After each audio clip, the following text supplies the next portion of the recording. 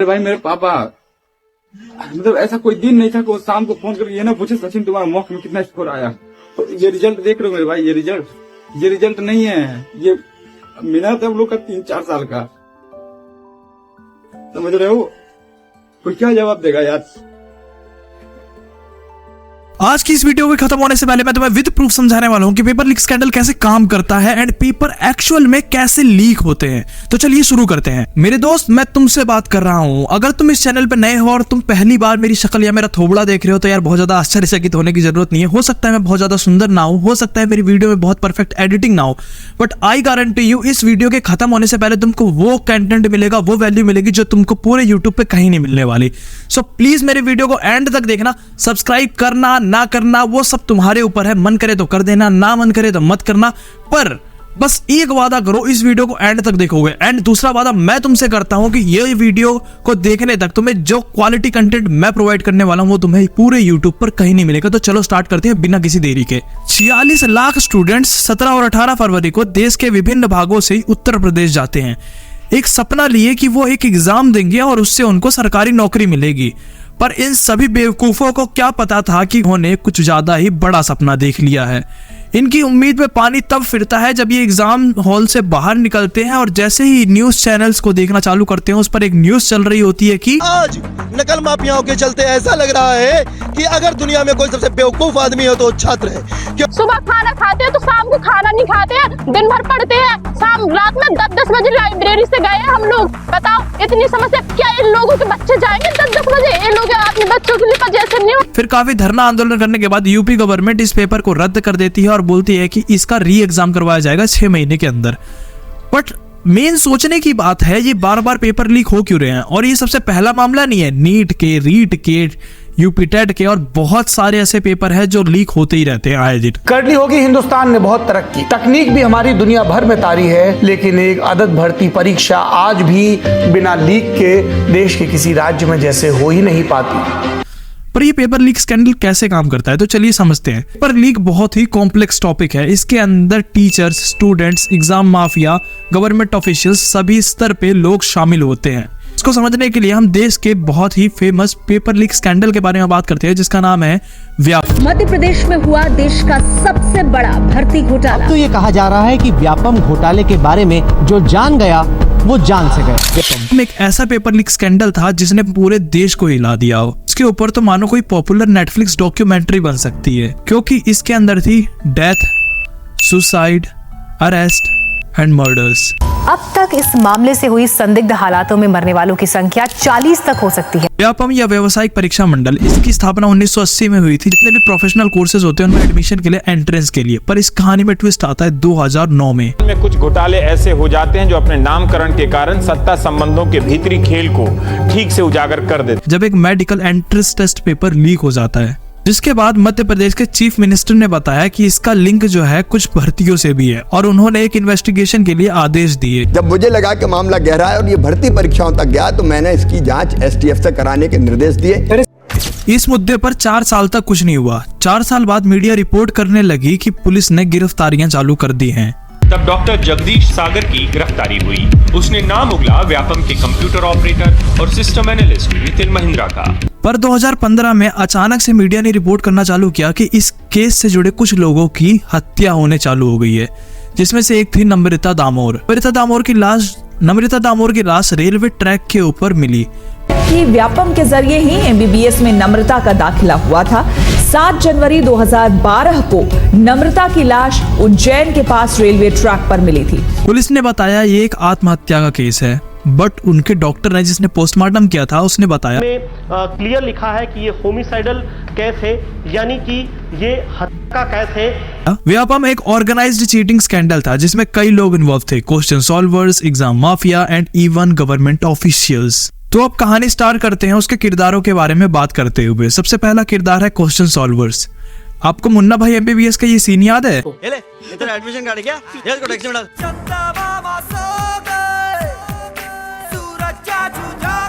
Question solvers ऐसे ही काम करते हैं। लास्ट दिसंबर राजस्थान पुलिस एक बस को फॉलो कर रही थी जो एग्जाम सेंटर की ओर जा रही थी। उन्हें टिप मिली थी कि इस बस में एग्जाम सॉल्वर्स हैं। पुलिस ऑफिसर जो इस केस में इन्वॉल्व थे उन्होंने बताया कि इस बस के अंदर 4 सरकारी टीचर्स थे जिन्होंने बेसिकली 20 स्टूडेंट से पैसे लिए थे कि वो उनका एग्जाम जाके करेंगे। फिर इस केस के अंदर 48 स्टूडेंट्स को अरेस्ट किया गया एंड उस एग्जाम को भी कैंसिल कर दिया गया। इन क्वेश्चन सॉल्वर्स के पास 2 तरीके होते हैं। सबसे पहला तो ये कि ये क्वेश्चन सॉल्वर खुद एग्जाम सेंटर पे जाते हैं स्टूडेंट का भेज डाल के। इसके अंदर उन्हें फेक आईडी कार्ड्स की जरूरत पड़ती है। उन फेक आईडी कार्ड्स के ऊपर सारी चीजें तो रियल होती हैं, बस जो फोटो होता है वहां पे ये फोटो क्वेश्चन सॉल्वर का होता है ताकि वो उनको पहचान ना पाए। एंड सेकंड तरीका क्या होता है, उसके अंदर स्टूडेंट जाता खुद ही है पेपर देने के लिए, बट वो इलेक्ट्रॉनिक डिवाइस जैसे कि ब्लूटूथ वगैरह अपने कान में लगाते हैं एंड उसके थ्रू वो चीटिंग कराते हैं, जिसमें वो क्वेश्चन सॉल्वर से बात करते हैं। क्वेश्चन सॉल्वर घर पे बैठे या जहां पे भी उनके आसपास बैठा होता है वहां से वो उनको क्वेश्चंस के आंसर बताता है जिसको वो देते हैं।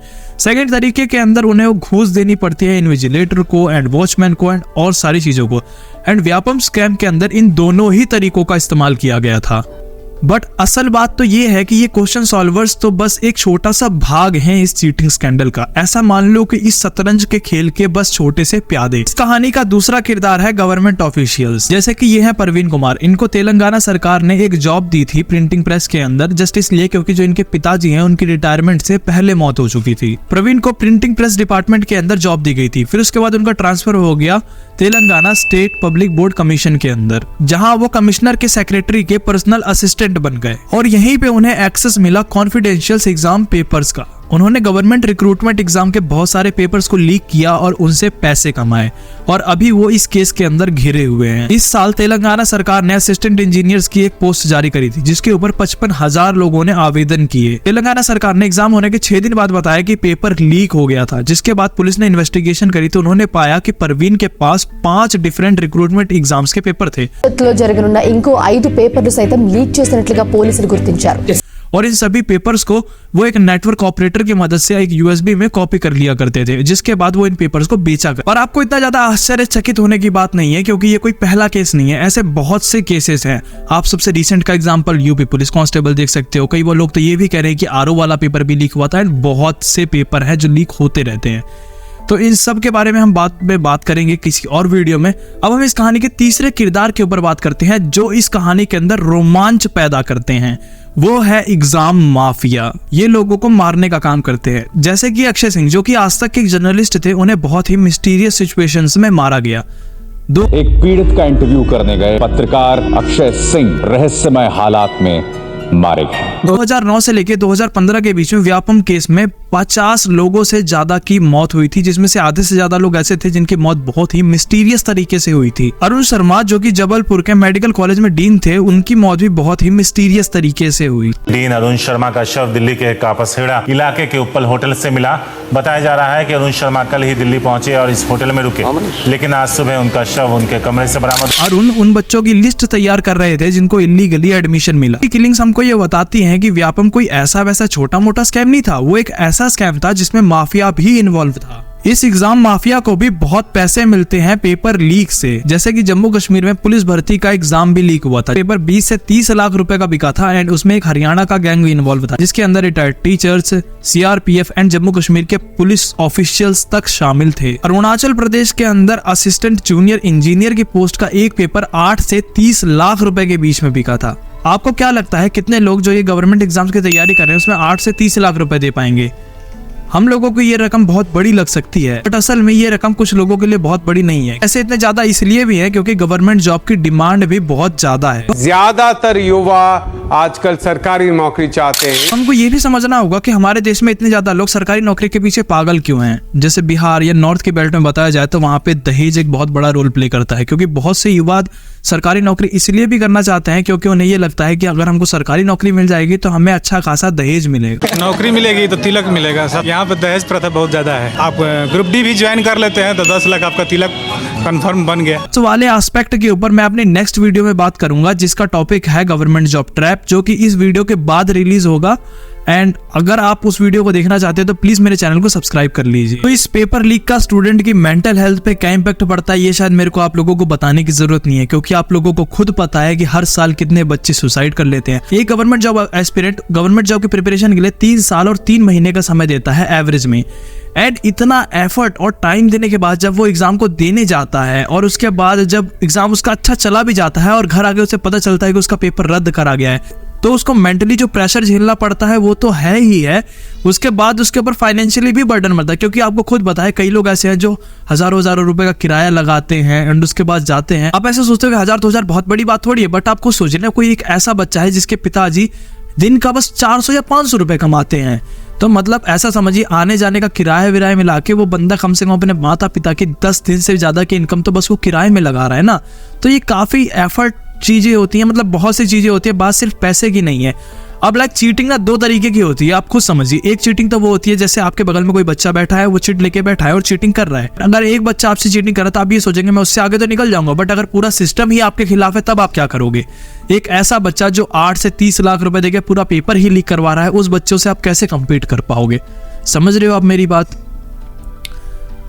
देखो मैं और डिटेल में नहीं बताना चाहता, क्योंकि मेरे को ऐसा लगता है कि जितने लोग मेरी वीडियो को देख रहे होंगे वो सब स्टूडेंट हैं, उन सबको पता है क्या क्या इंपैक्ट होते हैं। अब एक एस्पेक्ट ये भी आता है कि इसका सॉल्यूशन क्या है, हम पेपर लीक को कैसे रोक सकते हैं।